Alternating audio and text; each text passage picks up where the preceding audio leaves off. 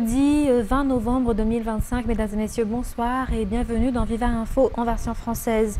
Dans les actualités de ce jour, commençons par la page politique. La situation actuelle au sein de la justice s'oriente vers une vengeance politique, étant donné les poursuites répétées contre les proches de l'ancien régime, plutôt qu'une véritable réforme, selon le 7e vice-président de l'Assemblée nationale aujourd'hui.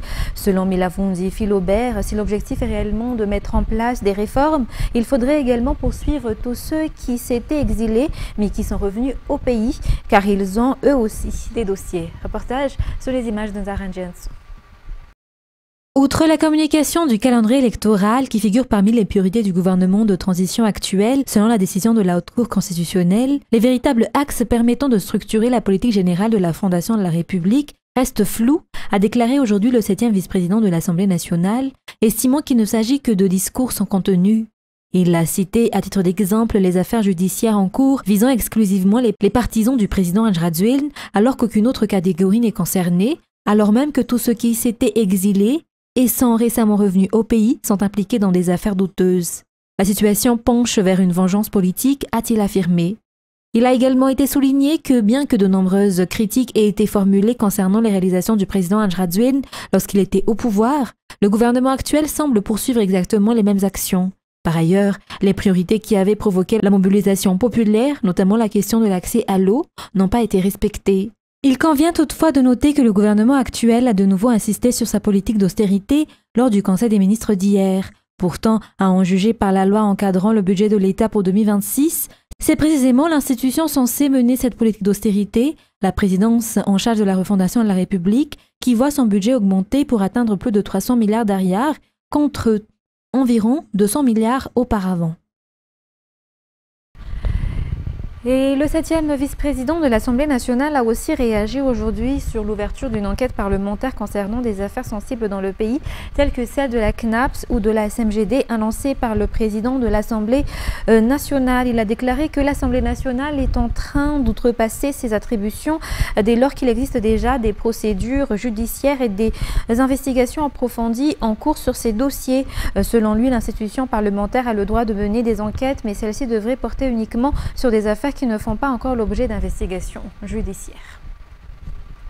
Dans un tout autre sujet, la Jirama continue de traverser une crise profonde à cause de pertes colossales et corruption interne. Des milliards d'ariars, ils sont nécessaires pour le redressement et la contribution de l'État ne suffira plus, même si le gouvernement prévoit d'injecter 646 milliards d'ariars dans les caisses de la Jirama, comme prévu dans le projet de loi de finances 2026. Un assainissement total de la gestion de l'entreprise est indispensable, selon un analyste. Rose Christelle Rakout-Malal nous en dit plus.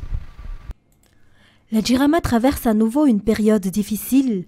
Selon le plan de redressement, 1030 milliards d'ariars ont été alloués par l'État pour l'année 2025 et 646 milliards d'ariars pour 2026, conformément au projet de loi de finances. Mais malgré ces efforts financiers, les problèmes de fond demeurent.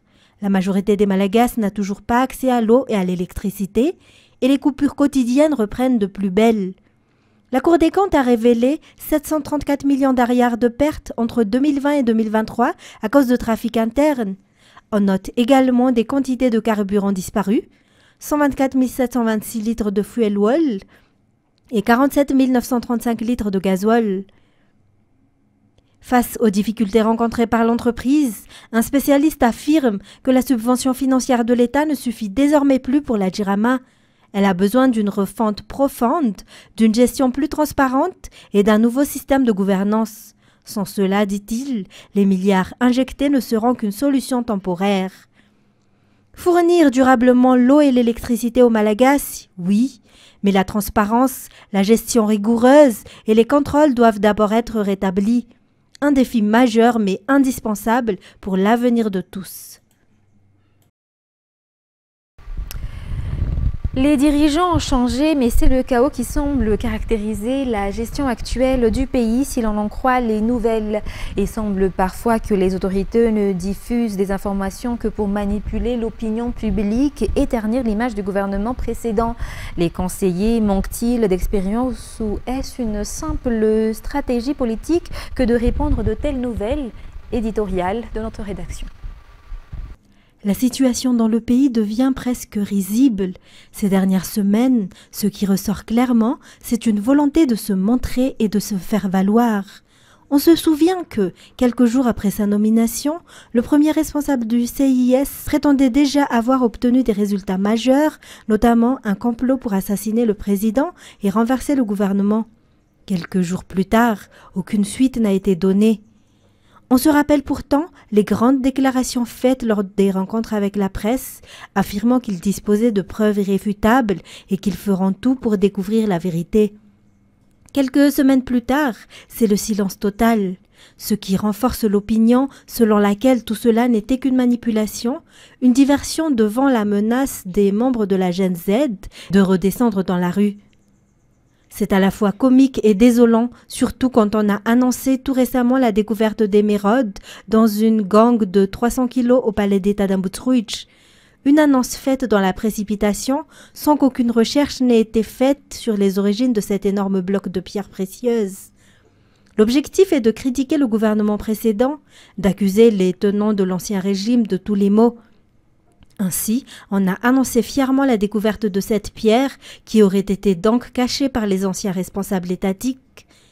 Et l'on parle de découverte alors qu'il s'agissait d'une pierre bien visible dont tout le monde au palais connaissait l'existence et l'origine depuis 2008 qu'il y a été stockée, c'est-à-dire depuis l'époque de Ravalomanana. Et depuis cette période, nul n'avait jamais envisagé de la vendre. Ce qui est encore plus risible, c'est que c'est le gouvernement actuel qui semble vouloir vendre cette pierre conservée au palais pendant plusieurs mandats successifs, une vente probablement pour renflouer les caisses de l'État. Tragique et comique à la fois, la population est encore et toujours utilisée comme marchepied. On avait promis des changements, mais ce n'est apparemment qu'un échange de personnes au pouvoir. Et dans les actualités faits divers de ce soir, les recherches se poursuivent pour retrouver les complices d'un homme de 27 ans arrêté en possession d'une drogue dure appelée Crystal Meth devant le bureau des domaines dans le Fukuntan et Lazare Nord, région d'Iana, le 1er novembre 2025. L'homme interpellé a été placé en détention provisoire en attendant sa comparution devant la justice. Un homme de 27 ans, arrêté en possession de drogue dure, Crystal Meth, a été interpellé par la police de la brigade de lutte contre la drogue dans la région d'Iana, devant le bureau des domaines dans le Fukuntan et Lazare Nord, le 1er novembre 2025. Selon les informations, d'autres sachets de cette drogue ont été également découverts lors de la perquisition de son domicile. Le trafiquant a été placé en détention provisoire le 11 novembre 2025 après sa présentation au parquet. Les recherches et les investigations se poursuivent concernant ses fournisseurs ainsi que les complices de ce trafiquant actuellement arrêté. Et les 5 personnes impliquées dans l'enlèvement de l'opérateur économique d'origine indienne Antirabe survenu le 12 novembre dernier ont comparu hier devant le tribunal de première instance d'Antirabe. Parmi ces 5 individus présentés au parquet figuraient 3 femmes. Sur décision du tribunal, les 5 suspects ont tous été placés en détention préventive. L'enquête se poursuit afin d'identifier et de retrouver d'autres personnes impliquées dans cette affaire. Restons toujours au niveau des faits divers. Un incendie s'est déclaré ce matin vers 3 heures au sein d'une entreprise exportatrice de litchi située à Nalamalch, Antitezambar, dans le district de Tuamasna 2. Selon les déclarations des victimes, le feu aurait été volontairement déclenché dans le bureau situé à l'étage, à l'arrière ouest du bâtiment. En conséquence, tout le matériel ainsi que la majorité des marchandises ont été détruits. Un élévateur rempli de gazole, une transpalette, un groupe électrogène, plusieurs cartons, du soufre ainsi qu'un tapis destiné à la manipulation des litchis pour la campagne 2025. La valeur des biens incendiés est estimée à environ 1 milliard ariar et d'après les informations. Et dans l'actualité sportive de ce soir, l'objectif a enfin été atteint. Un athlète malagasy a décroché un titre mondial en bodybuilding. Cela a été rendu possible grâce à Radrakut Mandimbi lors de la compétition qui s'est tenue la semaine dernière en Indonésie. Pour le bodybuilding malagasy, cela fait 25 ans que la discipline existe dans le pays et 16 participations à des compétitions internationales ont été nécessaires afin d'obtenir ce premier titre mondial. L'accueil réservé aux aux deux athlètes qui ont représenté la nation à leur arrivée à l'aéroport d'Ivat a été particulièrement chaleureux. Reportage signé Andara Zonave et Narsu Hazakason.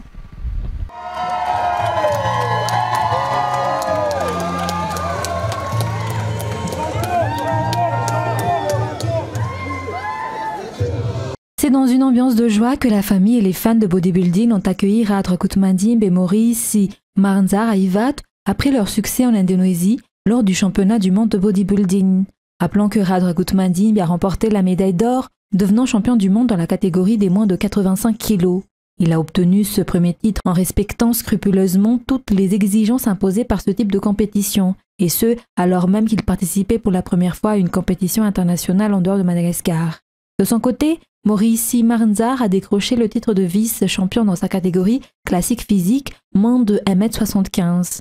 Lors de la réception organisée en leur honneur au gymnase d'Inkonjan, la Fédération malgache d'haltérophilie, dont dépend la discipline de bodybuilding, a rappelé que la pratique existe depuis 25 ans à Madagascar et que 16 compétitions internationales ont été disputées avant d'atteindre cet immense objectif. La haute performance sportive ne peut être obtenue en peu de temps. À l'occasion de cette cérémonie, la Fédération a remis une prime de 2 000 ans d'Ariar à Rad et 1 000 ans d'Ariar à Maurice. Et dans les actualités internationales de ce soir, au moins 25 personnes ont été tuées et plus de 90 personnes blessées hier mercredi dans l'une des frappes russes les plus meurtrières dans l'ouest de l'Ukraine, tandis que la tentative du président Volodymyr Zelensky de relancer les négociations de paix est restée vaine. France 24.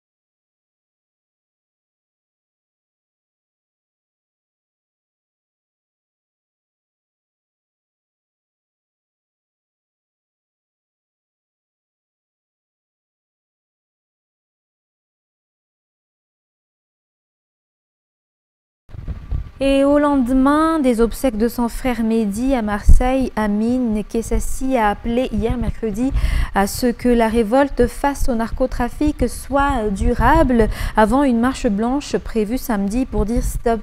Le maire d'Hiver gauche de Marseille, Benoît Payan, a lui appelé à ses administrés à y participer. N'ayez pas peur, a-t-il dit. France 24.